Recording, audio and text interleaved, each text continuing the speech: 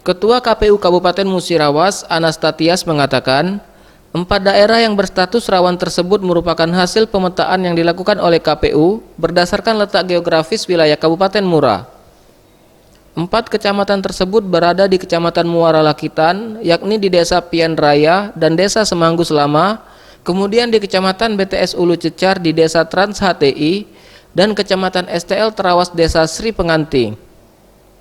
Secara akses 4 wilayah tersebut sangat susah dijangkau, seperti wilayah Trans HTI, Desa Pian Raya, dan Desa Panglero. Setiap musim penghujan tidak bisa ditembus karena akses menuju 3 wilayah ini masih tanah merah. Sedangkan untuk Desa Sri Penganti, akses distribusinya harus menggunakan perahu karena tidak ada akses jalan darat. Distribusi logistik kita punya titik rawan yaitu di Kecamatan Muara Lakitan, khususnya di Trans HTI. Ada 4 desa di situ, Tri Pian Raya, Tri Agung Jaya, Bumi Bambu, dan Harapan. 4 desa itu. Kenapa 4 desa itu kita masukkan titik rawan distribusi logistik?